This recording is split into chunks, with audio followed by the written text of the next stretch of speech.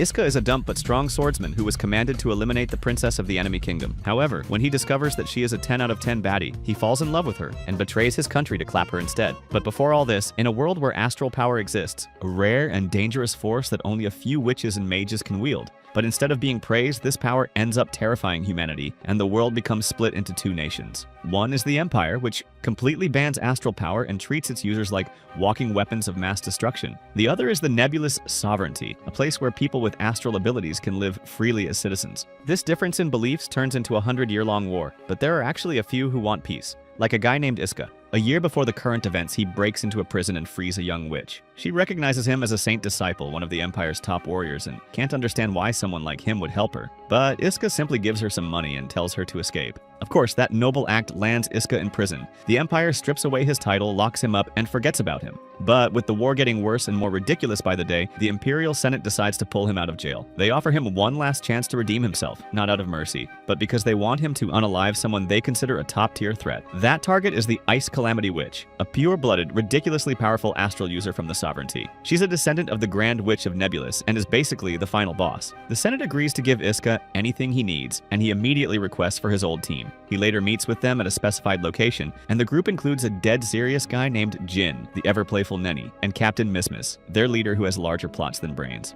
Shortly after, as the group ventures deeper into the forest, their truck is ambushed by astral forces. This shocks Captain Mismis as they're still within the Imperial territory, but Iska knows that something powerful has already broken through. Then, without any warning, a fire blast targets them, but Iska slices through it like it's a warm-up drill, shocking the enemy mages. Several of them appear, and Jin realizes they're wind mages, who are basically sneaky weirdos hiding underground. He instead asks Nene for backup, and she launches powerful missiles from the van. During the chaos, Iska shows great agility and technique to take down one mage after another. But then, out of nowhere, an earth mage named Rin appears and summons a golem. She's shocked that her forces were defeated so quickly by these pathetic-looking losers. She orders her golem to attack, but Iska casually cuts off its arm like he's trimming a hedge. He then tells the others to assist the front while he handles the rest here. After this, the battle begins, and Rin uses her astral abilities to shoot at Iska, but he confidently blocks them like it's nothing. This makes her wonder if he's one of the Saint disciples, but Iska doesn't say a word and keeps battling. He instead wants to know where the Ice Calamity Witch is so that he can finish her off once and for all. As the battle intensifies, Iska begins manhandling Rin and knocks her off her golem. She tries to pull a knife and stab him, but he pins her down and holds her at blade point as if he's fighting against a toddler. At this intense moment, the temperature drops and the battlefield is instantly frozen. The Ice Calamity Witch finally appears, introducing herself through a full-scale blizzard. Her name is Alice Lies, though most just call her Alice. Her sidekick Rin warns her that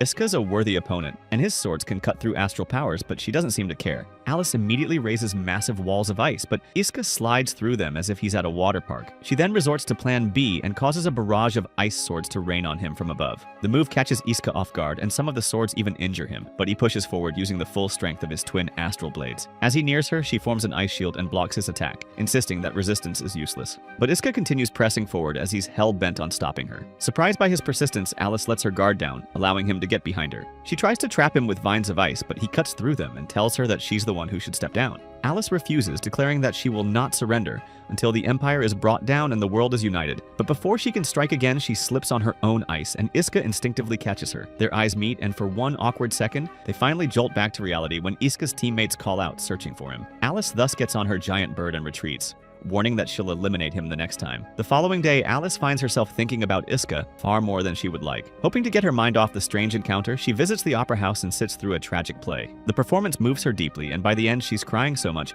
that her handkerchief is soaked. A man seated behind her quietly offers his, and she accepts it. But as the lights come on, she realizes that the man is none other than Iska. The previous day, a concerned Captain Mismis pays Iska a visit because he has been very quiet and distant. He reveals that he can't stop thinking about the battle with Alice, and upon hearing this, Mismis decides to bring him to her room. As soon as Iska steps in, he immediately spots some undergarments drying in the corner. She shifts the topic and suggests he attend an opera show to clear his mind. She believes it might help improve his mood and hands him a ticket. The next day, Mismis personally drives him to the venue, but a tired Iska falls asleep and has a dream where his master appears. The guy casually hands him the astral blades and reminds him that they're humanity's last hope to end the war. Later at the opera, Iska hands his handkerchief to the girl crying in front of him, who happens to be Alice. The enraged woman thinks Iska has been stalking her and prepares to attack, but Rin intervenes and reminds her that they're in a neutral zone where fighting is strictly prohibited. It is revealed that this is also the only place where citizens from both kingdoms can live freely without any trouble. After exiting the opera house, Rin and Alice decide to have lunch, and they end up choosing an Italian restaurant, but the waiter tells them that it's fully booked. so they'll have to share a table with a random guy. That lucky person soon arrives, and it turns out to be none other than Iska himself. Alice is left fuming and certainly thinks they're being stalked, but Iska clarifies that he had made this reservation the previous day. With no other options and refusing to appear intimidated, Alice reluctantly agrees to share the table. As they look through the menu, Iska and Alice coincidentally end up ordering the exact same dish. While eating, Alice asks if he likes pasta, and Iska's enthusiasm for creamy sauce makes it pretty clear. Alice begins to see a more human side of him, and they slowly drift into casual conversation. Rin, however, isn't pleased with the developing vibe, and reminds Alice to focus on her meal like a proper noblewoman. That night, Rin tells Alice not to mention anything about Iska to anyone, as he's practically an enemy. She also tells her to throw away Iska's handkerchief, which she's still holding onto. Meanwhile, Iska has another dream, where he's traveling on a train that gets attacked by ugly monsters all of a sudden. He jumps into battle and manages to defeat a few of them, but quickly gets overwhelmed. This is when Alice suddenly appears and uses her astral powers to freeze the monsters. Iska simply watches her in shock, and the next second, he wakes up in real life. The next day, Iska and his team are in the middle of training when a woman named Rishai appears and informs them that she'll be leading their next mission. Turning to Iska, she knows that he's been having trouble sleeping, so she gives him a spare ticket to an art exhibition, as if that's the cure to insomnia. Meanwhile, Alice meets with her mother, the Queen, who is curious about her recent battle with Iska. She explains that he was perhaps a saint disciple, who are regarded as the strongest and the most elite fighters of the Imperial Empire. The Queen then reveals that 100 years ago, their founder battled thousands of Imperial soldiers to protect the Sovereignty Kingdom. She is still alive and in deep hibernation, but her seal is weakening. The Queen suspects that Alice's battle with Iska may have triggered this. Since there are still secrets surrounding the founder's powers, she plans to contact the Astral Institution for an investigation and warns Alice not to fight Iska again until they know more about him. Outside, Rin notices Alice in a tense mood and asks if she's okay. Alice admits that she's been having trouble sleeping and decides to go for a walk, but Rin immediately guesses that she wants to visit the neutral city again and warns her by reminding her of the last encounter with Iska. Alice insists that it won't happen again, especially since she has no plans to attend the opera. However, as soon as Alice enters the city, she bumps into the creep Iska once more. She furiously questions why an Imperial soldier keeps popping up in neutral territory, but he explains that he's here to visit an art exhibition by an artist from the Empire. He then sarcastically asks if it's appropriate for her to admire art from the enemy, but Alice calmly responds that art transcends borders and doesn't belong to any one country. She then heads off on her own, only to get lost in the crowd. Shortly after, Iska finds her wandering and offers to guide her. Although Alice initially refuses, saying they're enemies, she remembers her own words about art knowing no boundaries and agrees. The two enjoy the exhibit together, and afterwards, Alice buys him a drink as a thank you for helping her. But as they sit and chat, Iska falls asleep on her shoulder as if he's just come home from a 12-hour shift. Alice looks at him and quietly reflects that even though they're enemies, she could easily eliminate him right now if she wanted to. The following day, Iska is summoned to the Imperial Senate. The officials praise him for stopping the Ice Calamity Witch and reveal that they're considering making him a saint disciple once again. They explain that this new position would allow him to meet the Emperor, where he could propose the one thing he's always wanted, an end to the war. But since he's still labeled as a pathetic loser and a criminal in the Empire, they say he'll need to earn everyone's trust first by capturing a witch. As the Senate dismisses Iska,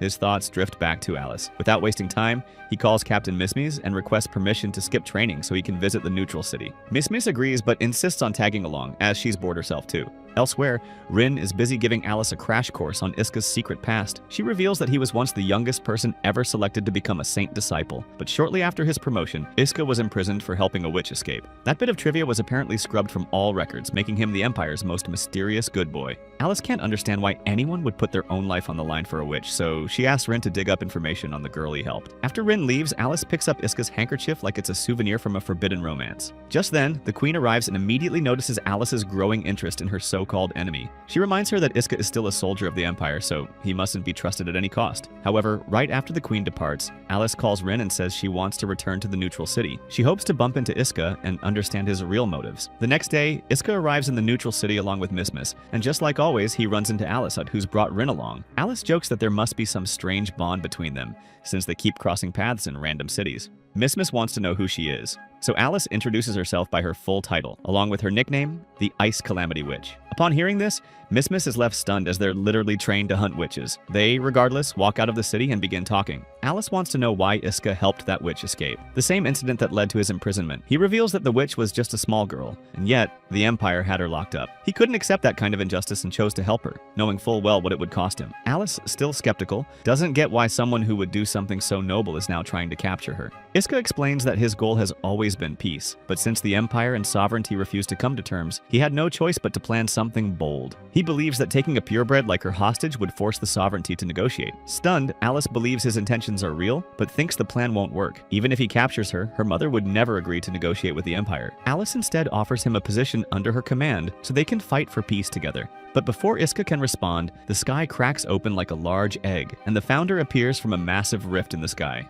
Iska and Mismis are both stunned, realizing that the Grand Witch is alive. Mismis instantly suspects Alice's involvement and calls the whole situation unfair, but the latter denies any connection. Meanwhile, the founder starts blasting fire attacks like she's been waiting 100 years to do just that. Back in the sovereignty, the queen discovers that the founder's body has vanished and figures out that she has awakened. With this, the queen believes they finally have the power to win the century-old war. Meanwhile, the founder attacks Alice too, and Iska can't understand why she'd target her own descendant. Alice guesses that it might be the astral power's automatic defense system triggering it, although even she's unsure. She then tries to tell him about how she's been missing Iska ever since they met. However, the founder's dramatic entrance ruined everything, just like a drunk uncle showing up uninvited to a wedding.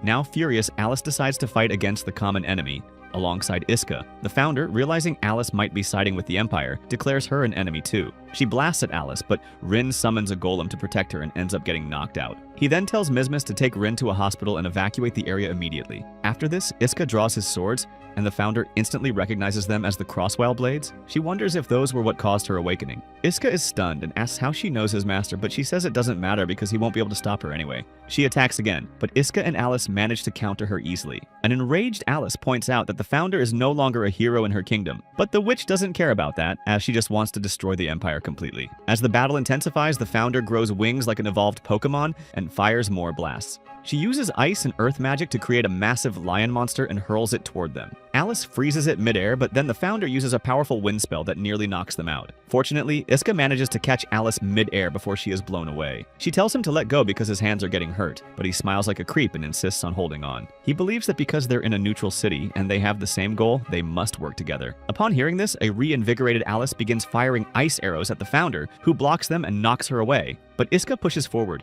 cutting through incoming fireballs one by one. Alice builds stairs of ice to help him climb faster, making the founder nervous. She fires a flaming arrow, but Alice blocks it with an ice shield. Using this opportunity, Iska reaches the founder and cuts her wings, causing her to collapse to the ground and return to her hibernation. After everything calms down, Alice once again offers Iska a chance to work under her, but he refuses. He instead proposes that they stop being enemies, at least for today, and she agrees to it. The following day, Rija informs Mismis that joint training for their next mission will begin soon. She advises them to enjoy their remaining free time while they still can. Taking the advice seriously, Mismis and the rest of the team head to a casino. Though they are surrounded by games and lights, Mismis feels anxious, wondering if their upcoming mission will be dangerous. The others curiously ask why she wanted to come to a casino of all places. She reveals that her goal is to hit the jackpot and use the winnings to buy a tank, just in case things go south during the mission. Meanwhile, Alice and Rin also arrive at the casino. Rin gives her a quick rundown of the gambling games, and despite Alice not showing much interest, she ends up hitting the jackpot on her very first try. As people surround her in awe, Nini also arrives and congratulates Alice.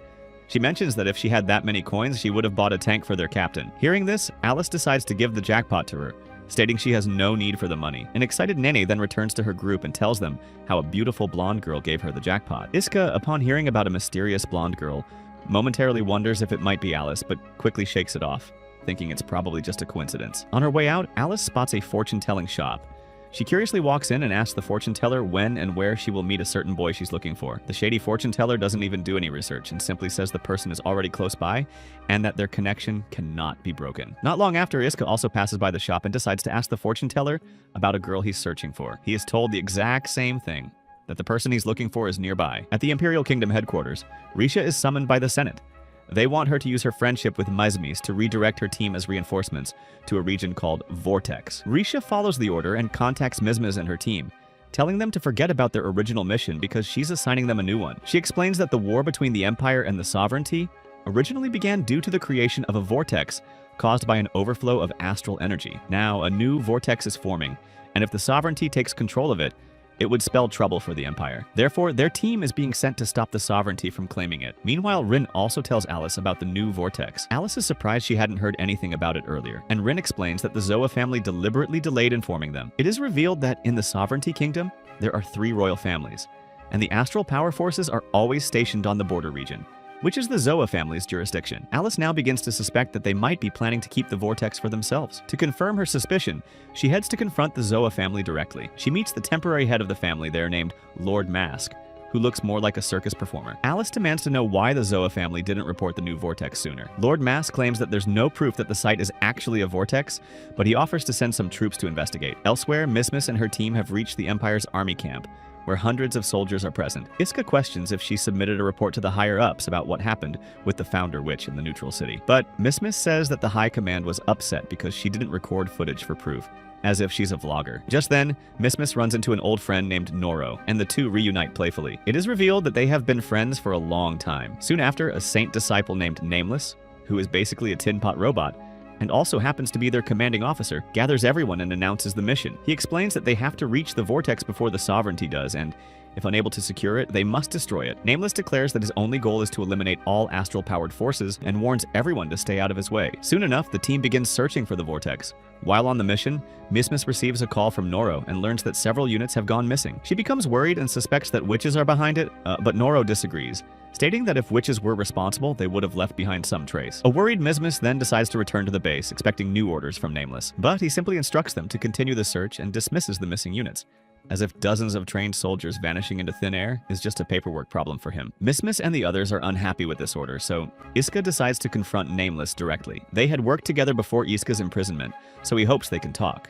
But when he approaches, Nameless pretends not to know him, and then suddenly remembers that Iska is the saint disciple who got jailed for helping a witch. He tries to explain himself, but Nameless coldly tells him that unless he has the proper rank, he has no right to speak to him. Before things escalate, Miss steps in and says that, as captain of the team, she will speak on Iska's behalf. She then calmly presents their arguments that a rescue team should be sent for the missing people. Later, Iska shares everything with Nene and Jin, saying that Nameless completely brushed him aside as if he were a terms and conditions page. At the same time, Alice also decides to head toward the vortex. Rin believes she's going there in hopes of meeting Iska, but Alice brushes her off, saying that as the princess, it's her duty to safeguard her kingdom. The two eventually arrive at the site of the vortex, where Lord Mask is already present. This makes it clear that the location is indeed a vortex. Alice questions Lord Mask if he was trying to keep the vortex for himself, but he claims that he only found it a while ago and was about to report it to the queen. However, just as he's trying to appear responsible, his niece Kissing arrives, and suddenly he shifts gears, telling Alice to let him handle defending the vortex. Considering that Mask is just a puny, good-for-nothing guy,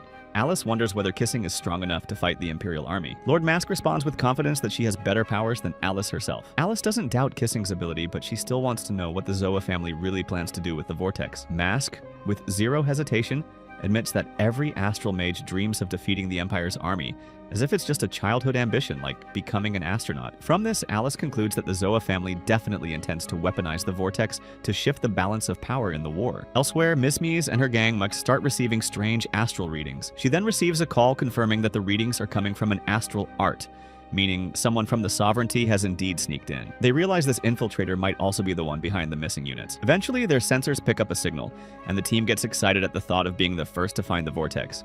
But just as they get closer, Noro's unit appears and suddenly takes Miss hostage, revealing that she and her squad are witches. At this exact moment, Nameless shows up and starts slicing through Noro's teammates like he's in a training montage. One of them tries to cover Noro's escape with a fire blast, and she makes a break for the vehicle. Nameless is just about to throw his knife when Iska stops him, saving Miss from a possible knife-to-the-face situation. This allows Noro to escape, and Nameless is furious at Iska for disobeying a commander. But Jin quickly diffuses the tension by saying they already know where Noro went. Nameless then insists that the mission hasn't changed.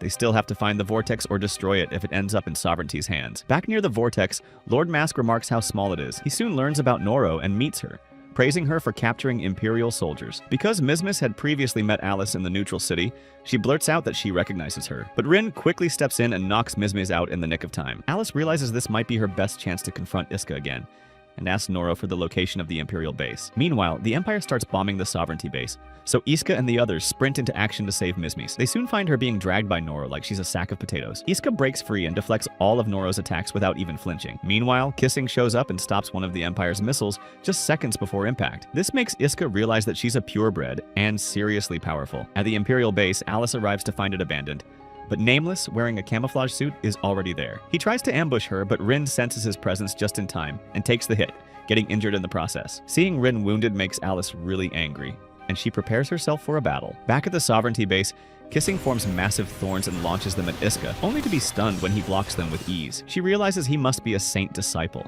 one of Empire's top warriors. Kissing then responds by regenerating the previously destroyed missile and slams it down toward him like it's a bowling ball. On the other hand, Alice launches her ice shots at Nameless, but he dodges them and throws her own swords back at her. Rin jumps in again, shielding Alice and getting even more battered. This sends the princess into a fit of rage, so she decides it's time to stop holding back. She thus activates her Great Ice Calamity, freezing the entire area and forcing Nameless to escape. Just when Alice breathes a sigh of relief, she sees a sudden explosion near the vortex and gets worried. Kissing, meanwhile, is certain that the nuke finished off Iska, but he emerges from the flames as if he's an invincible cockroach. Annoyed, she hurls yet another attack, but Iska dodges and knocks her out with a light tap of his sword, like he's just closing the book on an annoying chapter. In the aftermath, Iska and Mismus decide to take Kissing back to base. But just as they start moving, Lord Mask appears out of nowhere and stabs Iska from behind. He then kicks Mismus into the vortex before escaping with Kissing. Iska, who's still reeling from the stab, immediately jumps in after her. Surprisingly, Alice also arrives at the scene and jumps inside the vortex to rescue them. She offers to help him escape, but only if he promises to fight her later. Iska accepts and immediately grabs her hand.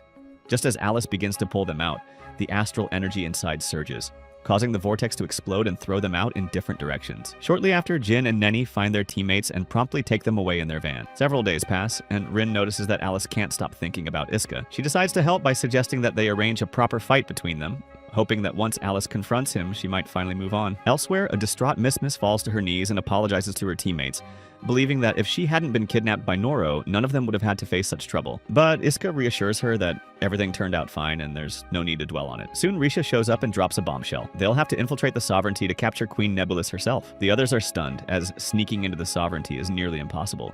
Like winning an argument with your girlfriend. They ask if Risha has any kind of plan, and she promises to reveal it once all the preparations are made. Meanwhile, in the neutral city, it's revealed that Alice has been searching for Iska for 3 days straight. Rin, who is starting to lose faith, thinks Iska must have died in the vortex explosion, but Alice refuses to believe that and confidently insists that he's still alive. She then tells Rin to search in another direction while she continues on her own. As Rin watches her go, she thinks about Alice's position in the royal family. As a direct heir to the throne, Alice should be spending time building alliances and support among nobles instead of searching endlessly for one imperial soldier. Hence, Rin decides to take drastic measures to erase Iska from Alice's mind.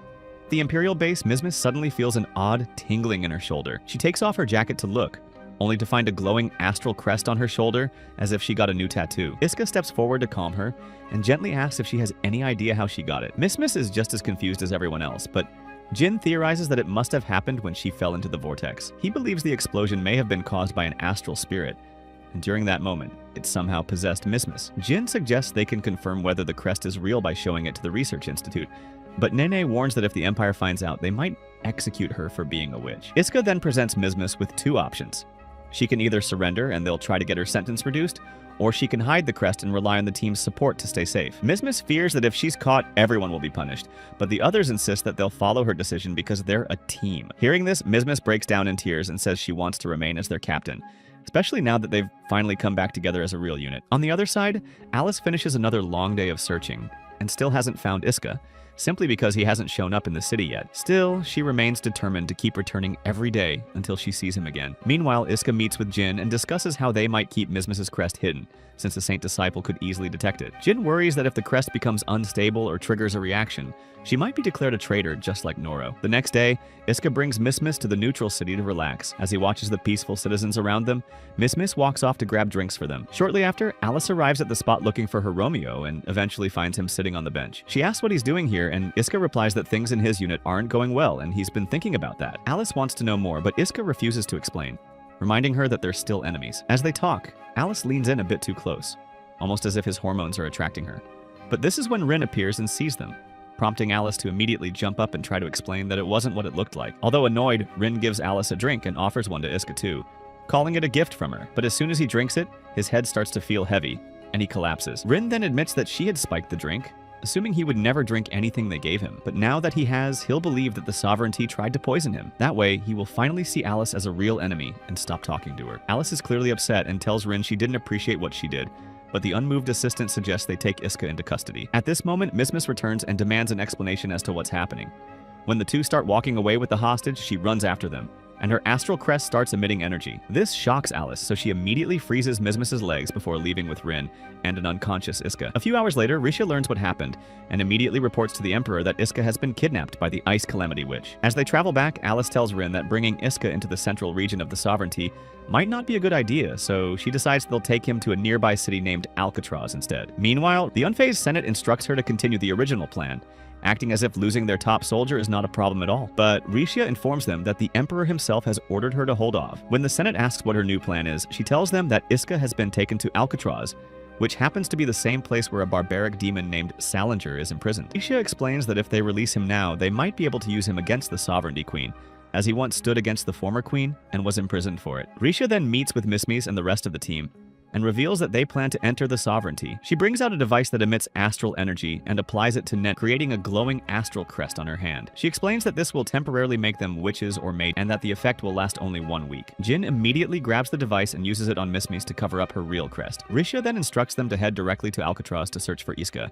while the other units will use this diversion to attempt an infiltration of the palace and capture the queen. Meanwhile, Alice, Iska, and Rin arrive in Alcatraz. Curious whether he's still asleep, Alice begins poking Iska, but he ends up falling on top of her plots, making her really uncomfortable. Shortly after, he wakes up and Rin is left stunned, since the sleeping pill she gave him should have kept him knocked out until the next day. Iska is disappointed that they've kidnapped him, but the girls insist it's his fault for consuming the drink. They soon arrive at a hotel where Rin reminds Iska that he's now deep inside sovereignty territory, so calling for help won't do him any good. Once inside, Rin tells Alice she has booked another room, and suggests they chain Iska for security. But Alice doesn't like the idea, as she really cares about her PR and doesn't want people to think she mistreats her prisoners. Rin says she can't let Alice stay in the same room with him either, so she's already booked a luxury suite where Alice can rest while she watches over Iska herself.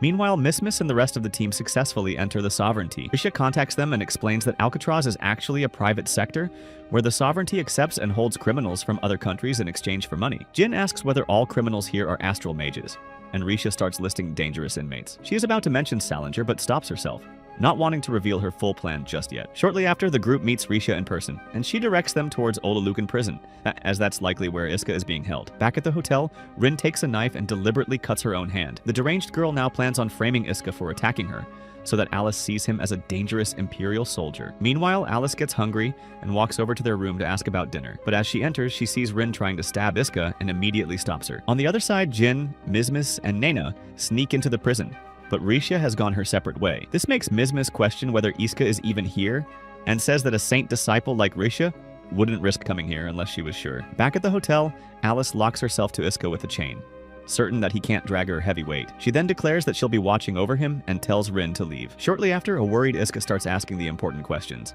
He wonders how they'll use the bathroom, and this immediately sends Alice into panic mode. Since the keys are with Rin, she shouts for her as she urgently needs to freshen up. After the two are separated, Alice rushes to take a shower while Iska and Rin engage in an awkward conversation. The poor guy asks what they'll do with him, and the evil girl responds that if it were up to her, she'd keep him locked away in this hotel forever. Soon, Alice walks out of the bathroom, wrapped in a towel, completely forgetting that Iska is still there. Seeing him, she quickly turns away, but Iska ends up noticing the astral crest on her back. Alice asks what he thinks of it, given that the Empire views crests as curses. Iska replies that his captain also became a witch, but he still respects her. Alice then asks what he sees her as apart from a witch, and Iska replies, "A rival on the battlefield."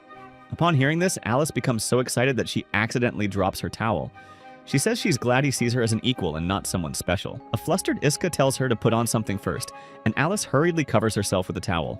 But then she creepily says that since he saw her body, she should get to see his in return. Meanwhile, Risha infiltrates the heavily guarded sections of the prison and finally meets with the notorious beast, Salinger. He's just casually relaxing on a bench, as if he's about to get a massage, and Risha comments on how young he is despite being locked up 30 years ago. She wonders if he's the real Salinger, but he takes it as an insult and warns her to get to the point. Risha then reveals that she plans to break him out of jail so that he can help capture the queen. The demon immediately accepts, not because he wants revenge, but because he's just bored of sitting behind bars and wants to step out and become king now. Back at the hotel, Iska has a tough time falling asleep, and he just enjoys the view like he's at a vacation resort. But Alice ruins the mood by explaining that this area actually sits above a massive underground prison full of dangerous criminals. She then goes on to reveal that the country's most dangerous criminal, the demon Salinger, is also held up in one of the underground cells. That surprises Iska, and he asks why she refers to him as a demon. Alice explains that he once attacked the former queen, and has inexplicable powers that can destroy the kingdom in an instant. Just then, Rin enters with breaking news that someone has infiltrated the sovereignty territory. She adds that multiple suspicious groups have been spotted across 12 provinces, and Alcatraz is one of them. Elsewhere, Mizmis and her group have infiltrated the prison, but it starts blaring all of a sudden. This makes the captain panic as she fears they've been caught, but Jin points out that it's for something else. His fears are confirmed when a huge explosion rocks the tower, indicating that a notorious criminal has escaped. Isha then contacts the group and reports that the blast was caused by an astral spirit, creating a hole in the top of the tower. Worried, Mizmis immediately asks about Iska, but the smug Rizia says he's not here. She says that a demon is now on the loose, wreaking havoc, so they should all abort the mission. Once the call ends, Nene suspects that they were used as bait, and while Jin knows it's true, he suggests they focus on how to escape first. Meanwhile, Rin finds out about Salinger's prison break and reports it to Alice. This news shocks Alice, who quickly calls for emergency forces. She believes Salinger might try to steal the Queen's astral crest, so she decides to stop him herself. Rin tries to talk her out of it, but Alice has already made up her mind. Apparently, she's the only person in the entire country who can whoop the notorious demon's backside. Before leaving, Alice meets with Iska and tells him nothing about her plan, since they're still enemies. She almost asks for help, but changes her mind and instead hands him a handkerchief, replacing the one she previously gave. At the prison, the guards are closing in and Jin realizes that there are too many of them. He thus thinks of a plan to distract them so the others can launch an attack. However, Mismi insists on being the decoy and runs in front of the guards while flaunting her astral crest. They soon corner her and are about to finish her off, but Jin and Nene zap them with their guns in the nick of time. Back at the hotel, his phone starts ringing, and he realizes that Alice forgot to hide it. He quickly answers and finds Mizmis on the call, asking where he is. Iska reveals that he's chilling in a hotel room alone, and that the Ice Witch is heading towards the prison. To his utter shock, Mizmis reveals that they're already inside the same prison. He asks what they're doing there, but Jin jumps on the call and urges him to meet them as soon as possible. Says he can't escape because he's still in handcuffs, but then he suddenly remembers the handkerchief Alice gave him. He looks inside it and finds the keys to his cuffs in a really romantic fashion. Meanwhile, Alice and Rin arrive near the prison and are welcomed by a huge ball of fire, but they manage to escape just in time. The place is in flames. Alice uses her ice powers to freeze it all and takes command of the guards. Iska, on the other hand, reunites with his team and apologizes for getting kidnapped by a bunch of beautiful girls. Mizmis says they must escape, but Iska has other plans in mind. He takes back his weapons and asks everyone to wait for him at the hotel while he takes care of some unfinished business. Inside the destroyed prison, Rin confronts Salinger, who's sitting on top of the debris like it's his throne. She calls him a traitor of the nation and reminds him that he tried to steal the Queen's astral spirit. However, an unconcerned Salinger claims that he's the king and that collecting spirits as taxes is his royal right. He says he'll become even more powerful than a king by gathering all the spirits. A furious Rin shouts that he's nothing more than a criminal and throws her weapon, but Salinger blocks them easily using a wind astral spirit. He doesn't just have one spirit, he has several, probably stolen from their original users. A stunned Rin tries everything she can. She summons her golem and tries to bind him with rocks, but he easily overpowers her and throws her aside. As if that wasn't enough, Salinger brags about having a pure-breed earth astral spirit, saying hers is nothing in comparison. That angers Rin, who realizes his power came from stealing the royal bloodline spirits. She declares that he'll face severe punishment, but Salinger tells her to shut up as he's tired of her barking. He mocks the royal family for being too soft to unleash their full power. Then he hits Rin with an invisible blast, sending her crashing down, bleeding. He complains that this fight is no fun, and it's like he's beating up a puppy. As he moves in for the final blow, Iska suddenly arrives and slices his attack in half. Salinger is stunned that someone could block his invisible strike that easily, but now the real battle is just getting started. Iska asks Rin if this is the guy who's considered Alice's enemy. Once she confirms it, Iska agrees to fight Salinger, but only on the condition that Rin won't stop him or his friends from returning to the Empire. She doesn't exactly say yes, but her silence is enough for Iska to begin the battle. Salinger, on the other hand, is confused as to why a soldier from the Empire is trying to stop him in the first place. Meanwhile, a man in a fancy suit named Schwartz, who happens to be the butler of Alice's younger sister Sisbel, informs her that Salinger has escaped from prison. Alice is currently in Alcatraz and in command of operations there. He suspects it's no coincidence that Salinger escaped from prison the moment Alice showed up. At the battlefield, Salinger is shocked because his earlier attack was intercepted by Iska. He was under the impression that sound-based attacks are invisible and shouldn't be possible to slice. However, Iska gives him a quick lesson that while the attack may be invisible, the flames around them flicker when he moves, allowing him to sense the trajectory. Rin, who's still on the ground, warns him to stop talking and stay alert, explaining that Salinger's main ability is water reflection, which lets him capture other astral spirits. The beast then uses his sound attack again, but Iska dodges it like it's nothing. This ends up impressing the beast, and he asks how Iska did it, but the boy replies that it was just instinct. Then, in the split of a second, he gets close to Salinger, catching him off guard. Iska swings his sword at him, but Salinger defends himself with a wind barrier. He then reacts by collapsing the ground beneath Iska, but it doesn't stop him. Iska still reaches him and throws another attack, forcing Salinger to back off. This time, he uses an earth spirit to blast the floor with lava, but Rin warns Iska in time, and he manages to dodge. She tells him they have no idea how many more powers Salinger is hiding, but somehow they must push him to his limits. Hearing this, Salinger laughs and says they haven't seen anything yet. According to him, the true power of an astral spirit is far greater than they imagine. Elsewhere, Nameless ambushes Alice from behind, but she senses him and blocks the attack with her ice. She asks whether he helped Salinger escape, but he dodges the question, saying what matters is that Salinger is now free and turning the entire prison into a flaming nightmare. Alice says she'll stop him and launches an ice sword strike, but Nameless backs away, saying his job is done, and disappears. Back in the fight, Salinger combines ice and fire to form a deadly blast and launches it at Iska. Our hero slices it again, but it turns out to be a trap, as the powers only get stronger and strike him brutally. Watching this unfold, Rin realizes the real reason Salinger steals astral spirits might be so he can combine them into powerful hybrid attacks. But Salinger reveals he has even bigger ambitions, as his goal is to merge humans with astral spirits. Only one person has achieved that level so far, and that's the founder of Nebulous. Rin prepares to attack again, but Salinger mocks her by saying that he has already finished off Iska, so eliminating her would be as easy as unplugging a router. However, Rin boldly says that Iska will return, as he's the only man Alice has considered her rival, and the one who defeated the founder herself. Salinger doesn't believe Rin and prepares to attack. But just then, Iska suddenly appears from the rubble. A stunned Salinger asks how he survived the impossible blast, to which Iska reveals that he used ice to shield himself. Salinger, now visibly annoyed, starts using air and lightning powers to create a massive sandstorm. He hurls it towards Iska, but Rin quickly summons a golem with her earth spirit to protect him. Enraged at her continued interference, Salinger decides to get rid of her first and hurls a powerful spell towards her. But just when it seems all hope is lost, Alice arrives just in time and shields her assistant using her ice magic. Taking advantage of this opportunity, a determined Iska charges towards Salinger, who creates new swords to fight back. But Iska easily slices them apart as if he's cutting onions with a samurai sword. Realizing that he has been defeated, Salinger goes to the edge of the tower and jumps into the abyss, but not before announcing that he'll soon return to continue his evil plans. In the aftermath of the incident, Rin does a quick survey of the damage and learns that all the other escaped prisoners have been caught. The Imperial soldiers have also retreated, bringing a great sense of relief to Alice. Elsewhere, it's revealed that the suited person who fought Alice was actually Risha. She meets with the real Nameless and complains that she never wants to wear that pathetic piece of a suit again. Nameless responds that she doesn't have to, as two special units have infiltrated the sovereignty's central provinces, meaning they now have a clear view of the Queen's palace. He adds that the Senate will be pleased, and it's time to inform the Emperor. On the other hand, Iska regroups with his team, and they finally manage to leave the sovereignty. He's now determined to find a solution for his captain's astral crest, which is still a threat. Later that night, Alice praises Rin for fighting bravely against the monster, but the assistant claims she couldn't have done it without Iska's help. Hearing his name, Alice drifts into her happy place and starts smiling, but Rin reminds her that he's still the enemy. She nonetheless admits that he saved her life and is an honorable fighter. Meanwhile, it turns out Sisbel has been spying on them using her magical powers. She realizes that they're referring to Iska, the same person who freed her from prison a year ago. Elsewhere,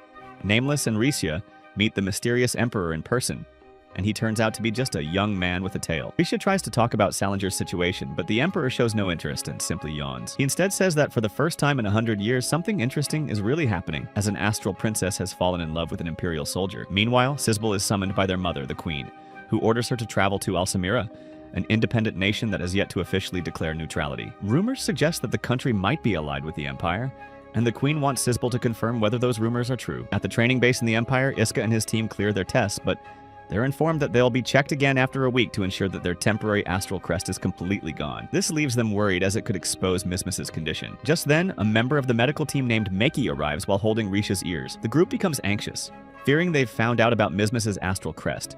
But Meki instead commends them for working hard through back-to-back dangerous missions, warning that if the general public discovers the truth, they may start questioning the headquarters leadership. She thus announces that the team will have to take a long 60-day break with 0 missions or responsibilities. After the two leave, Mismus expresses her joy as the delays mean the next Astral Crest checkup will be postponed. They now have enough time to find a solution for it. The rest of the team agrees, and they decide to leave the Empire for their vacation. Alice, on the other hand, has been handed administrative work, which includes going through a heap of documents. She says she's bored and wants some action, but Rin reminds her that she already did that a few days ago. Just then, they hear music and celebration coming from outside, signaling someone's return. Alice guesses it's probably her elder sister, who has returned early to participate in the upcoming election. She then continues to say that she needs a vacation, away from the boring politics, but Rin reveals that Sisbel is already leaving on the Queen's orders, so Alice has no choice but to stay. Elsewhere, we see Elatir with Lord Mask, who actually wears masks even when he's at home. She expresses suspicion that someone close to them might be working with the Empire. Mask finds her theory interesting and asks if she has any evidence, but her admits she isn't sure yet and doesn't know what to do in such a complicated situation. At the independent nation of Alsamira,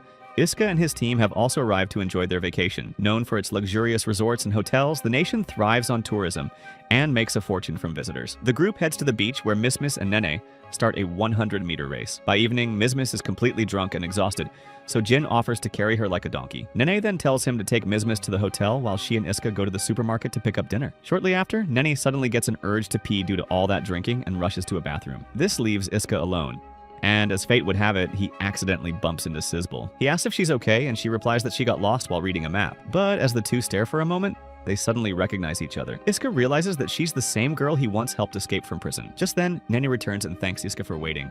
But when he turns around, the mysterious girl is already gone. Meanwhile, Sizbel runs off and wonders to herself if that really was Saint Disciple Iska and what he was doing in Alsamira. Her butler finally catches up, panting heavily, and begs her to go easy on him because his bones aren't what they used to be. Sizbel tells him she's found her dream warrior and has something important to discuss with him. Back at the palace, Alice is drained from all the paperwork, but Rin tells her there's a meeting tomorrow in the Queen's Hall where she'll have to meet all the guests in person. This really annoys Alice as she only wants to go on a vacation and wear her royal swimsuit. Just then, the Queen arrives and asks Alice to come with her. Meanwhile, Sizbel returns to the spot where she met Iska and uses her ability to trace his movements after their encounter. Her butler spots Iska and asks if she seriously plans to ask him for help, and Sizbel firmly says yes. Back at the palace, Alice asks her mother where they're going. The queen says she has the key to Sizbel's room and wants to search it, since the girl has been acting strangely lately. She tells Alice that both of them are her daughters, and she sees them as princesses. But the public doesn't have high expectations from Sizbel, which makes it unlikely that she'll win the election. Rin then asks if the queen sent Sizbel to Alsamira just to search her room,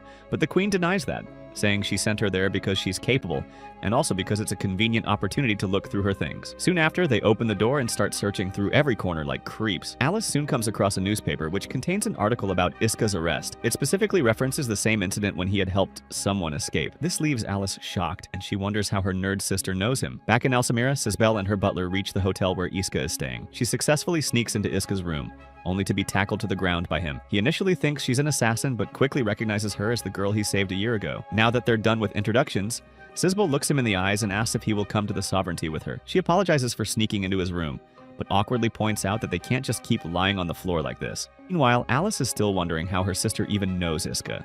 She suspects that Sizbel might have seen them together in the neutral city using her astral spirit, but Rin points out that Sizbel can only see things within a 300-meter radius. This means that the girl might have overheard their conversation here in the palace. Back in the room, Sizbel reveals that after being rescued by Iska last year, she never told anyone about him being an Imperial soldier. So she's here to thank him properly by gifting him a bracelet. But Iska refuses, as he's certainly not a gold digger and has bigger goals. Sizbel claims that she unintentionally ruined his status and respect, and now wants to help him restore what he lost. But to do that, she needs him to come with her to the sovereignty. When Iska asks who she is, she responds that she works in the royal palace as a servant. He still doesn't understand why she needs his help specifically, to which Sizbel responds that she can't trust anyone right now. She then starts to get emotional and says she will return again to meet him. Then she quietly leaves, though Iska notices she left the bracelet behind. On the other side, Rin tells the queen that they didn't find anything strange in Sizbel's room, but she has an idea. She suggests that Lady Alice be sent on a long-distance solo trip to the same country where Sizbel is staying so that she can talk to her sister directly. That way, Sizbel might feel comfortable enough to open up about whatever's going on. The queen likes this suggestion and immediately gives the trip a green light. Meanwhile, the Imperial Senate learns that the queen's daughter, the pure-blood witch Sizbel, is currently in Alsamira. They realize this is the perfect chance to capture her, since catching a pureblood is their primary objective. To do that, they even activate a barbaric witch-hunting weapon, known as the Object. At the palace, Elatir meets up with Lord Mask and drops a major bombshell. She reveals that the ones in contact with the Empire are her own sisters. Mask is shocked, and warns her that saying something like this could cause a lot of trouble for the Liu family. But Elatir makes it clear that the future of the sovereignty is more important than some stupid political election. She adds that if Alice and Sizbel are really betraying their country, then it's her duty to stop them.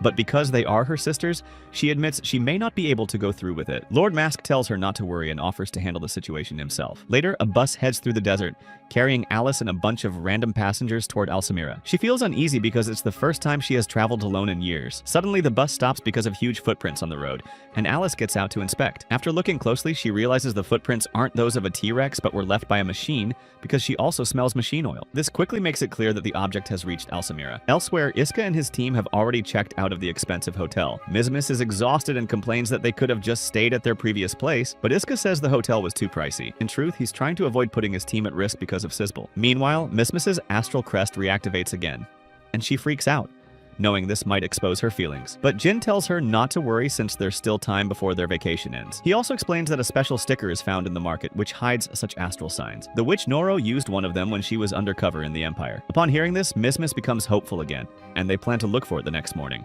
They soon reach the new hotel, and Iska heads out to exchange some currency, but he soon runs into Sisbel, who's been stalking him like Jack the Ripper. When Iska asks how she found him again, she reveals that her astral crest allows her to see the past like a video, which helped her track him down. Iska is impressed, but also questions if it's wise for her to reveal such a powerful ability to an Imperial soldier. Sisbel says she just wanted to be honest with him, but also admits she lied yesterday. She's not just a servant, but a princess and Alice's sister. Iska is stunned and asks why a royal lady like her still needs his help. Sisbel explains that someone is targeting and that the person is a descendant of the founder. Their plan isn't to rule the sovereignty, but to destroy it completely. If the queen dies, it will trigger an all-out war with the empire, and both countries will be devastated. Sisbel then gets emotional and says this is why she needs his help. Elsewhere, Alice arrives in Alsamira and runs into Schwartz, who tells her that Sisbel is missing and didn't inform him before leaving. Meanwhile, Iska tells Sisbel that he also doesn't want a war between the Empire and the sovereignty, but he still can't go with her. Sisbel is shocked and insists that if something happens to the queen, no one will be able to prevent war. But Iska says that stopping the war isn't his only goal. His true mission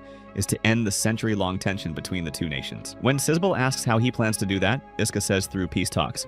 But she tells him that the people of her country would rather date a cockroach than forgive the Empire. Iska agrees that it won't be easy, but says someone from the sovereignty also shares his dream of peace. Before he can reveal Alice's name, Lord Mask suddenly shows up with his soldiers. He accuses Sisbel of meeting an enemy and says the queen will be very disappointed with her. Sisbel tries to explain that she's only here to protect her country from a traitor plotting against the queen. She needs Iska's help to do that, but Mask refuses to listen and reveals that he has recorded everything on a device. He then sends his goons after her, while Sisbel tries running away. At this moment, the object sent by the Empire shows up right in front of Sisbel. Iska sees the mechanical beast and immediately recognizes it as the Empire's droid soldier. He rushes to stop the machine, but Mask suddenly steps in and blocks his path. Acting like he's the final boss in a budget video game, Mask says there's no way he's letting Iska pass. Just then, Iska's team arrives, and Mizmis immediately recognizes Mask as the creep who threw her into the vortex. As they engage in trash talk, the object starts scanning everyone for astral energy and quickly picks up on Mizmis's power. But it's Sisbel who emits the strongest energy, so the machine locks onto her like a bloodhound on caffeine. Mask also orders his men to capture Sisbel, but before they can move, the machine decides the soldiers are in its way and casually wipes them out like crumbs on a dinner table. It then sends a massive energy blast towards Sisbel, but Iska slices it in half like a magician cutting his assistant out of a box. Nene then shows up, telling Iska she just needs a moment to ready her weapon. While she charges it up, Iska attacks the object relentlessly, but fails to cause any sort of damage. Soon after, Nene announces her weapon is ready and fires a powerful blast that seemingly destroys the object. On the other hand, Lord Mask catches up with Jin and injures one of his hands, but the latter pulls out a gun with his other hand and fires a shot. However, the bullet is intercepted by the recorder, which absorbs the impact and saves his life. The only upside is that the recorder, which contained evidence against Sisbel, is now toast. An enraged Mask then tries something dramatic and spreads gasoline barrels all over the area, ordering his men to burn them down. But their magic fails because Mizmis's crest is generating wind and disrupting the flames. Mask realizes she must have awakened her powers in the vortex and decides she's now a perfect lab rat. As he moves toward her, Jin shoots him right in the head, shattering his mask. This forces the weirdo to bolt away from there, but not before vowing to come back for revenge. Meanwhile, the object suddenly comes to life and strips off its armor, charging up another blast. Iska realizes that the blast is light astral energy, which shocks him because it means there's an astral spirit inside the machine. Knowing they don't have time, Iska tells Nene to cover him while he grabs Sisbel and dodges the attack. Nene readies another weapon strike, but this time, the machine blocks it with a defensive shield. Iska then tells her to evacuate the others while he takes care of it alone. As the machine charges up again, Sisbel creates smoke with her ability to confuse it. Iska takes the chance and smashes its head, dropping the machine to the ground. But it doesn't end there, as astral energy begins to leak from the machine and grabs Sisbel, forming a massive new entity. A worried Iska launches several attacks, but to no avail. Just when it seems the machine is going to win, Alice makes a grand entrance and hits it with a snow attack. A shocked Iska asks what she's doing there, and Alice throws the question right back at him. She then uses her snow vine to trap the entity and clear a path for Iska. He charges forward, but the entity breaks free quite easily. Alice explains it's an astral spirit, and Iska realizes the Empire must have been trying to weaponize it. The spirit then launches an attack and Alice manages to block it with her ice shield. But this sends the spirit off the edge and it starts causing destruction everywhere, while blabbering in a strange language. Fed up with the chaos, the two decide to work together. Alice uses her ultimate skill, while Iska also awakens the best ability of his sword. Their combined attack slices through the spirit's energy and lands a direct hit, defeating the entity once and for all. As it turns to dust, Sizbel is finally released from its clutches. Meanwhile, the Senate learns that their witch-hunting weapon has been destroyed and immediately starts planning their next move like sore losers. Back at the city, Iska and Alice thank each other, and she blushingly says she no longer wants to fight him. Suddenly, Sizbel wakes up and asks Alice if she knows Iska and what their relationship is. When Alice awkwardly denies knowing him, Sizbel confesses that she sees him as her dream prince. Upon hearing this, Alice becomes enraged, but she's forced to keep her mouth shut. Iska's teammates also arrive looking for him, and he takes this chance to run away. Elsewhere, Rija and Nameless learn that Iska destroyed the weapon with the witch's help. Nameless asks about the Emperor, and Rija guesses he's probably out enjoying herself. Meanwhile, Salinger is walking freely through the beautiful fields. He grumbles about being bored until he suddenly senses something. It's none other than the Emperor himself, who has something very important to share. Back at the palace, Lord Mask informs his niece, Kissing, that it's time to prepare for the Queen's election. Meanwhile, the Queen summons Elatir and questions if she was the one who leaked Sizbel's location.